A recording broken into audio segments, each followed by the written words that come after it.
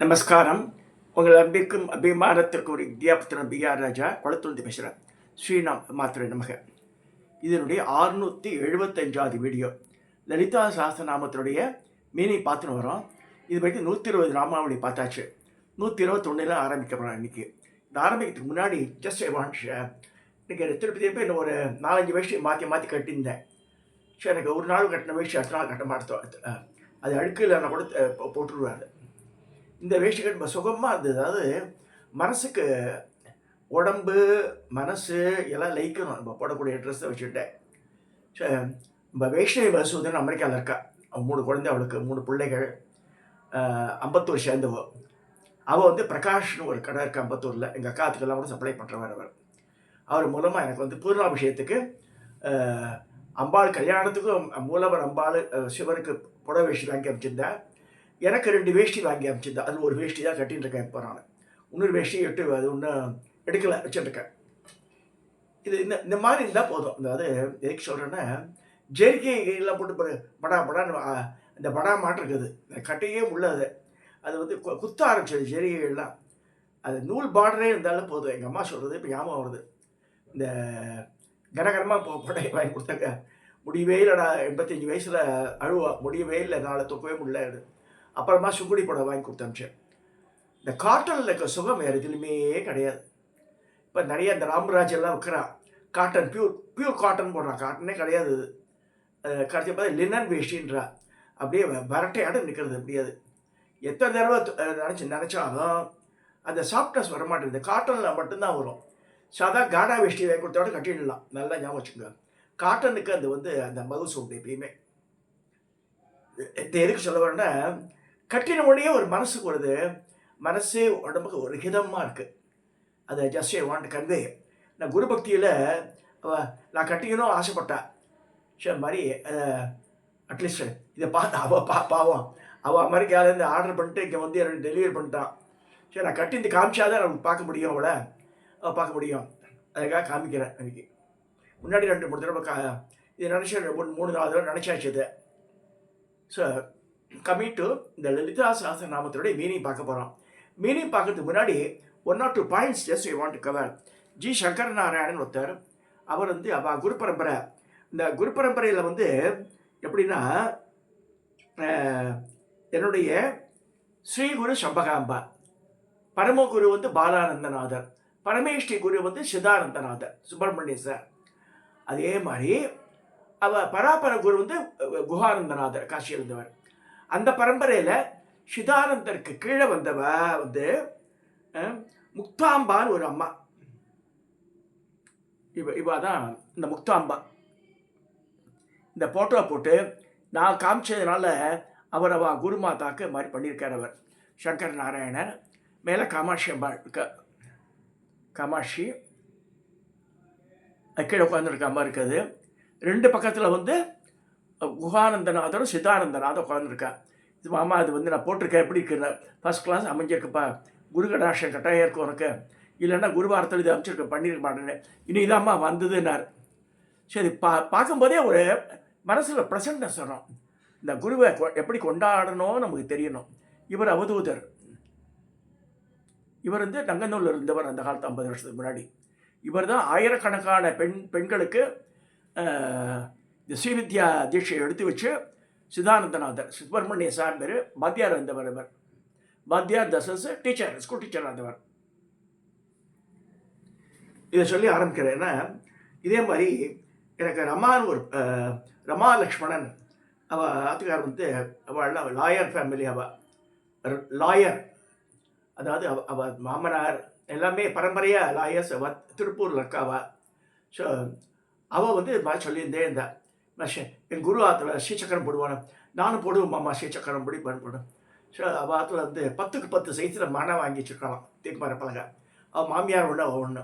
So அவள் சொன்னால் அவள் எக்ஸ்பீரியன்ஸ் போட்டு அவள் போட்டோ அமைச்சிருந்தா. இந்த 10க்கு 10 ஸ்ரீசக்கரத்தில்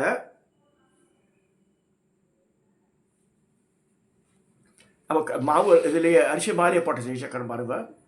என் குருவாத்தில் போடுவான்னு சொன்னேன். நானும் போடுவேன் மாமான்னு அனுப்பிச்சேன். நான் மஞ்சப்பொடியும் எங்கள் குருவாத்தில் மஞ்சள் குங்குமம் தூவிடுவாள். மஞ்சள் பொடியோ குங்குமம் பொடியோ அதில் தூவி வைப்பாள். அழகாக அது தனியாக அழகு உண்டதுக்கு.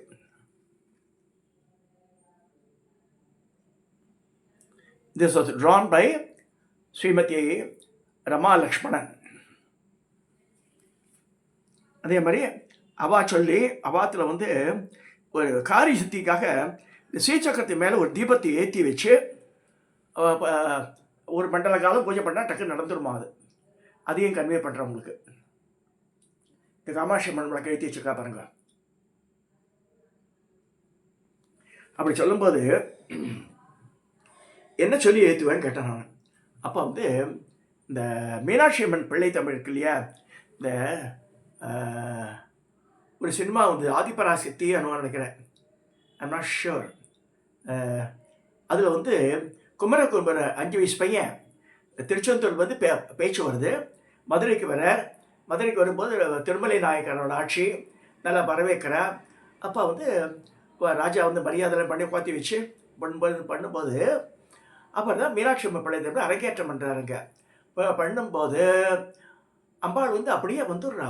இதுலேருந்து சன்னதியிலே வந்து பாலாம்பியா வந்து இப்போ திருமலை நாயக்கர் மடியில் வந்து உட்காந்துக்கிடுது. அந்த குழந்தை வந்து முத்துமாலையை எடுத்து அவங்க குமரகுருபுக்கு போட்டுற மாதிரி இந்த சீன் வரும். 100 தடவை 1000 தடவை பாருங்கள், அழுக்கவே அழுக்காது. அது கொக்கு பறக்கும் அந்த குளக்கரையில் வண்ண குருவி பறக்கும் அந்த வனத்தொழில் பாட்டு, ராதாஜி லட்சுமி பாடி இந்த பாட்டு ஃபஸ்ட் கிளாஸான பாட்டு. அது நான் அடிக்கடி கேட்பேன். அதை டிவிலையும் அந்த யூடியூப்பில் அந்த இது வருவோம் அடிக்கடி. நேற்று கூட யாரும் அனுப்பிச்சிருந்தா அதை. இப்போ நீ என்ன பண்ணுவேன்னு கேட்கும்போது அந்த ரமாலக்ஷ்மணன் சொன்னேன், இந்த மாதிரி இதெல்லாம் பண்ணிவிட்டு மீனாட்சி பள்ளி தமிழை வந்து நான் வந்து சொல்லுவோமாமாண்ணா. அதாவது பெருந்தே நிறைக்கும் நரைக்கூந்தல் பிடியே வருக, முழுஞான பெருக்கே வருக, பிறைவு மௌழி பெம்மான் முக்கட் சொடர்கெடுதல் விருந்தே வருக, மும்முதற்கும் வித்தே வருக, வித்தின்றி விளைந்த பரமானந்தத்தின் விளைவே வருக, பழமறையின்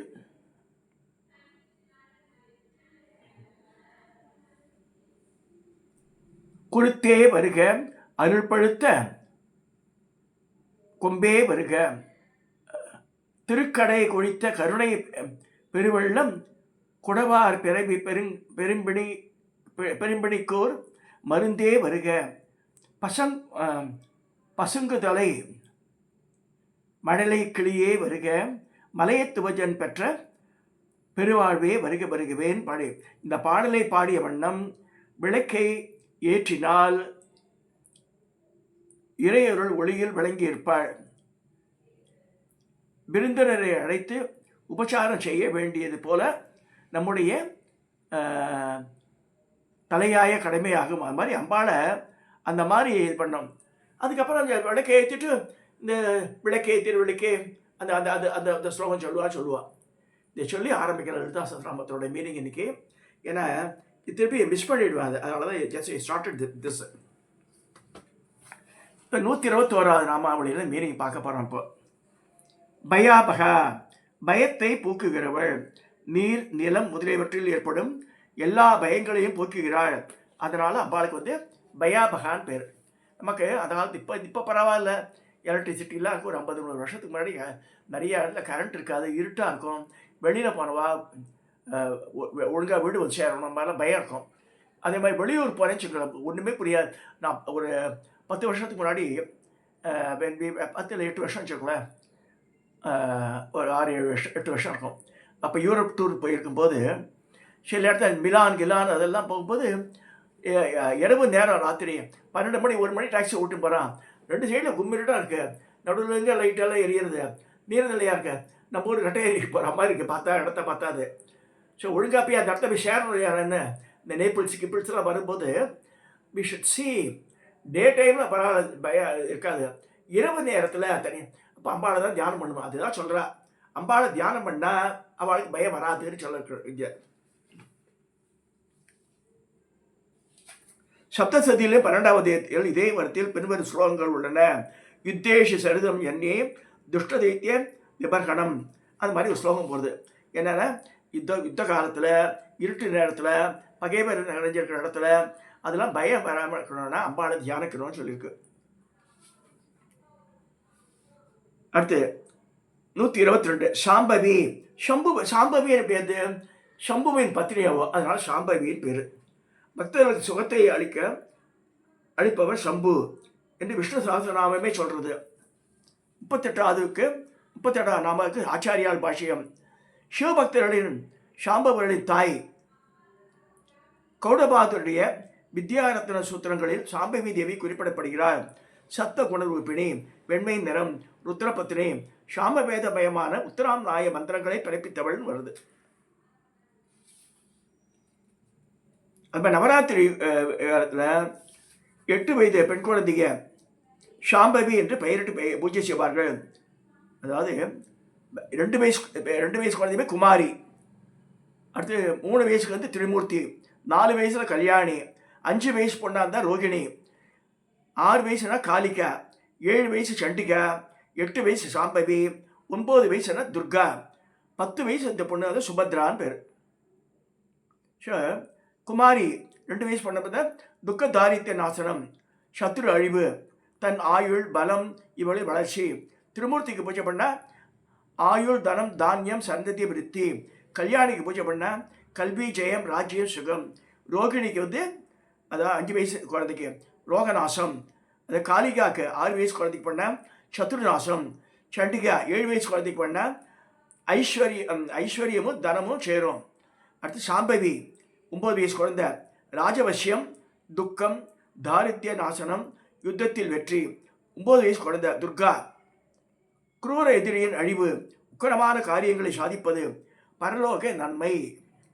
அடுத்தது சுபத்ரா விரும்பிய பொருள் கிடைக்க 10 வயசு பொண்ணா வச்சு பூஜை பண்ணோன்னு இருக்கு. இது இங்கே வந்து ரிகாலி.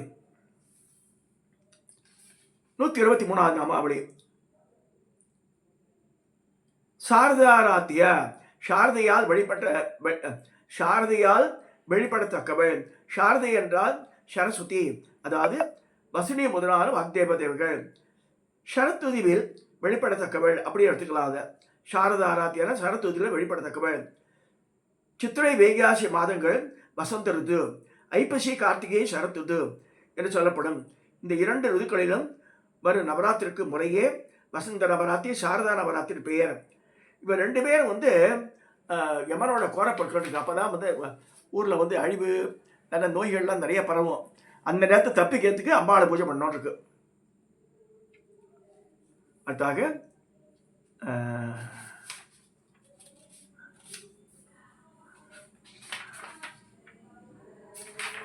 124 நாமாவளி சர்வாணி. பரமசிவனுடைய பத்னி, பரமசிவனுடைய 8 மூர்த்திகளில் ஒன்று பூமி. அவருடைய மனைவி சுகேஷி, அவர்கள் புத்திரன் அங்காரகன். இது வந்து லிங்க புராணத்தை சொல்லியிருக்கு. விஷ்ணு சஹஸ்ரநாம பாஷ்யத்தில் 20வது நாமாவளியில் சர்வ என்பதற்கு சம்சார காலத்தில் சகல ஜீவராசிகளை மழிக்கிறார் என்று ஆச்சாரியால் கூறியிருக்கிறார். இந்த அர்த்தத்திலும் சர்வரை மனைவி என்று ஒரு பேரும். சர்வதாயின 125 சர்மதாயினி சுகத்தை கொடுப்பவள். அக்னி புராணத்தில் கோஷத்தில் மர்ம ஞாத சுகானிஷ என்பதால் மர்ம என்ற பதம் சுகத்தை குறிக்கிறது. 126 சாங்கரி சங்கருடைய பத்னி. சம் என்ன இதை செய்பவர் சங்கரர் அல்லது சம்ன மங்களம். இதை கையில் கொண்ட சங்கரர், அவருடைய சக்தி வடிவானவர் சங்கரி. அடுத்து 127 ஸ்ரீகரி. ஸ்ரீயை செல்வத்தை கொடுப்பவள். அம்பாள் தான் வருஷிக்கிறார். ஸ்ரீ என்ற பதத்திற்கு சம்பத்து, லக்ஷ்மி, மங்களம், சோபை, கம்பீரியம், அழகு, ஒளி முதலியவை அர்த்தங்கள் உண்டு. அதெல்லாம் தரது அம்பாள் தான். அதனால் ஸ்ரீகரி அவளுக்கு ஒரு பேர். தேவி உபாசகர்கள் அஷ்டாங்க முறையில் காலத்தை கோரி சங்கல்பம் செய்வார்கள். அதில் பாரம், புதிய கடிக்கா இவர்களின் அக்ஷரங்கள் ஒன்றாக இருந்தால் அது ஸ்ரீகரி என்று பர்வாதினம் எனப்படும். 128 நாமாவளி சாத்வி. சாத்வினா பதிவிரதன் அர்த்தம். அம்பாளுடைய பதிவிரதத்தின் பெருமை மிக விசேஷமாக சொல்லப்படுகிறது. தன் பிதாவான தக்ஷ பிரஜாபதி தன் கணவரை அலட்சியப்படுத்தாது ரொம்ப வந்துடா. இந்த இதெல்லாம் தூஷணம் பண்ணுறாளே எங்கள் ஆத்துக்காரை பற்றி, இந்த காது கேட்கறது, இந்த காது பாவம் செஞ்சது, இதனால் என் உடம்பே பாவமாகிடுது, எனக்கு இந்த உடம்பு வேணான்னு சொல்லி அக்னிகுண்டத்தை குதிக்கிறார் தக்ஷயஜ்ஞத்தில். அப்பேற்பட்ட பதிவிரத சாத்தி. 123 நாமளி. சரச்சந்திர நிபானனா, சரத்கால சந்திரனுக்கு ஒப்பான முகத்தை உடையவள், பார்க்கிறவருக்கு ஆனந்தத்தை தருபவள். 130 சாதோதரி, மெலிந்த அல்லது உற்றிய வயரை உடையவள். பெரிய வயரை கிடையாது, பிரம்மாண்ட பாண்டோதரியெல்லாம் கிடையாது, நல்ல அதாவது எடை, சிறுத்த எடை, அந்த மெலிந்த வயறு அது மாதிரி இருக்கு அம்பாளுக்கு. 131 சாந்திமதி, மன அடக்கத்தை உடையவள். பக்தரிடத்தில் கடூரம் இல்லாததால், அதாவது பக்தர்கள் குழந்தை என்ன தப்பு படாச்சு, அம்மா வந்து வடக்கண்ண சாப்பிடவான்னு கூப்பிட்றா இல்லையா, அந்த மாதிரி அம்பாள். 132 நிராதாரா, மூலாதாரத்திலிருந்து மேற்கிளம்பியவள். மூலாதாரத்திலேருந்து அந்த குதத்துக்கு மேலே தான் இருக்குது அந்த குண்டலை சக்தி, 3 சக்தி வடிவில் அது மேலே எழும்புறது இல்லையா, அங்கேருந்து அதாவது நிராதாரா, மூலாதாரத்திலிருந்து மேலே கிளம்பியவள். தானே எல்லாவற்றுக்கும் ஆதாரம் இருப்பதால் தனக்கென்று ஒரு ஆதாரமும் இல்லாமல் இருக்கிறாள். நிராதார பூஜையை குறிக்கிறது. ஆதாரம் என்பதை மூலாதாரம் என்று பொருள். அங்கிருந்து மேலே கிளம்புறான்னு சொல்லியிருக்கு. 133 நிரஞ்சனா. நிரஞ்சனா அழுக்கே இல்லாதவ, ரொம்ப சுத்தமானவள். அஜ்ஞானம் என்றால் கண்ணில் இடும் கருப்பு மை, அலங்காரத்திற்காக இட்டுக்கொள்வதாகும். இது ஒரு அழுக்குதான் இல்லையா, அது கருக்கி தான் எடுக்கிறோம். அதை சந்தனத்தெல்லாம் தேய்ச்சி ஒரு மகளை பார்த்ததோட கீழே தடவி ஒரு இருட்டு ரூமில் 2 சக்கரை வச்சு அது கீழே வந்து விளக்கேற்றுவா, இது விளக்கெண்ணெயை விட்டு ஏற்றுவா. அப்புறம் பார்த்தா ஃபுல்லாக கறி பிடிச்சிருக்கோம், அதை எடுத்து திரும்பி நெய்யில் குழைச்சி அந்த காலத்தை மை அப்படி தான் பண்ணுவாள். நிரஞ்சனா. அவித்தியால் ஞானம் மறைகிறது. மனத்தில் இருள் கவிழ்ந்து கொள்வதில் அம்பாளின் அபித்தை மாயை சம்பந்தமில்லாதவள் என்ற அர்த்தம். அதாவது நம்ம என்னதான் படித்தாலும் சரி, என்னதான் பூஜை பண்ணாலும் சரி, இந்த அவித்தை, இந்த மூடத்தனம் வந்து மறைச்சிடுறது நம்மளை. என்ன எவ்வளோ பண்ணுறான், ஒன்றுமே நடக்க மாட்டேன்றதுன்னா எப்படி நடக்கும்? அது கான்சன்ட்ரேஷன் கொடுது. மந்திரங்கள் கூட சரி, 1008 லட்சத்தெட்டுலாம் கொஞ்சம் வேண்டாம், 108 தடவை ஒழுங்காக மனம் செதறாமல் பண்ணி பாருங்க, அதுக்கு தனி பலன் உண்டு சொல்லியிருக்கு.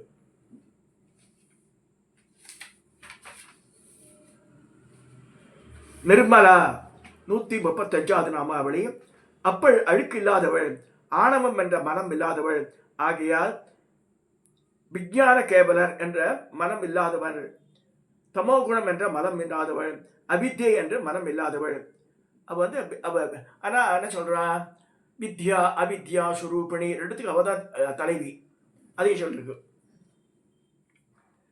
136 நித்யா, எப்பொழுதும் இருக்கிறா. அம்பாளுக்கு வந்து அழிவே கிடையாது, எந்த காலத்திலையும் அவள் வந்து நெக்கமரம் நிறைஞ்சிருக்கா. பிரகதாரணி பரிஷத்து அதான் சொல்றது. நித்யா, எப்பொழுது இருப்பவள். இந்த ஆத்மா அழிவற்றது, அதான் இத்தனை பிறவி எடுத்தாலும் இந்த ஆத்மாவுக்கு அழிவு இல்லைன்னு சொல்லியிருக்கு. அதே மாதிரி அம்பாளுக்கு அழிவே கிடையாது. 137 நிராகாரா, உருவம் இல்லாதவள். இந்த பிரம்மத்தையே சொன்ன ஆணும் இல்லை பெண்ணும் இல்லை அரியும் இல்லைன்னு சொல்லியிருக்கு. ஸோ இந்த பிரம்மத்துக்கு வந்து உருவம் வர்ணபேதம் கிடையாது, இது கிடையாது, பால் வேற்றுமை கிடையாது. அதனால் வந்து இந்த நிராகாரான்றது சொல்லியிருக்கு. உருவம் இல்லாதவள். நாம் காணும் ஒவ்வொரு பொருளிலும் ஒரு சிறப்பு அம்சம் உண்டு. பலவாக காணும் அவளது வடிவங்கள் மாயையால் ஏற்பட்டவையே அப்படி சொல்லிருக்கு. 138 நாமாவளி. நிராகுலா, கலக்கம் இல்லாதவள். அபித்தியிடம் தொடர்பு இருந்தாலும் இவள் கலக்கம் அடைவதில்லை. அவள் வந்து கிளியராக இருக்கா. அவள் வந்து இந்த அபித்தியை என்ற அடுக்கில் வந்து மாட்டிக்கிறதுல அவள். அடுத்தது 139 நிர்குணா, சத்துவம் ரஜஸ் தமஸ் இந்த 3 குணங்கள் இல்லாதவள். இதில் தாரகிகளின் மதம் நிராகரிக்கப்படுகிறது.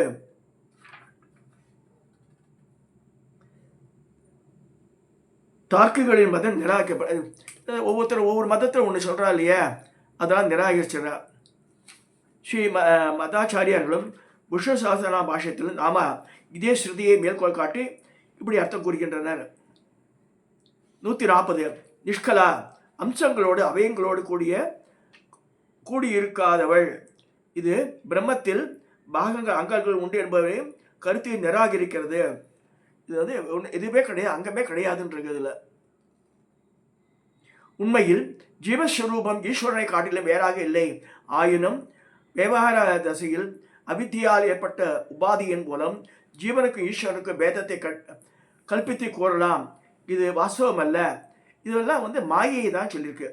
நெருப்பு பெரிய நெருப்பில் அம்சம் போல ஜீவனுடைய ஈஸ்வரனுடைய அம்சமாக கூறலாம். குடம் என்ற உபாதியினால் ஆகாசம் கடாகாசம் என்று பிரித்து சொல்லப்படுவது போல் அந்த கரணம் என்ற உபாதியால் ஈஸ்வர சுரூபத்தையே பிரித்து ஜீவன் என்று சொல்லலாம்.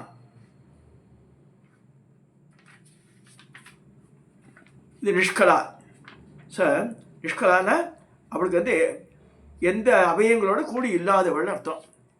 சரி, இது 140 நாம அப்படி பார்த்துருக்கோம். அது வரைக்கும் நம்ம மிச்சத்தை மின்மறு நாட்களில் பார்க்க போகிறோம். ஏதாவது சப்ஸ்கிரைப் பண்ணுங்க, ஷேர் பண்ணுங்க, லைக் பண்ணுங்க, தயவுசெய்து சிரவணம் பண்ணுங்க, கேளுங்க. அட்லீஸ்ட்டு நம்ம படிக்கலைன்னா கூட பரவாயில்ல. இந்த அர்த்தம் சொல்லுன்ட்டு கடைசியில் பார்த்தா லலிதாசனம் மீனிங் 50 பேரோட பார்க்குறதில்ல. ரொம்ப வருத்தமான சமாச்சாரம் இருக்குது. சரி, நானும் அட்லீஸ்ட் ஏன்டா அந்த டாபிக் எடுத்தோன்னா மாதிரி என்ன வரக்கூடாது எனக்கு. நான் அம்பாவை பெருமையை பேசுகிறேன், அது அதனால் எனக்கு வந்து ஒரு இது கிடையாது. பட் ஜனங்க வந்து ஏன் வந்து பார்க்க மாட்டேன்றாலும் கஷ்டமாக இருக்குது. இதை சொல்லி இந்த பகுதியை நிறைவு செய்கிறேன். இதை சப்ஸ்கிரைப் பண்ணுங்க, ஷேர் பண்ணுங்க, லைக் பண்ணுங்க.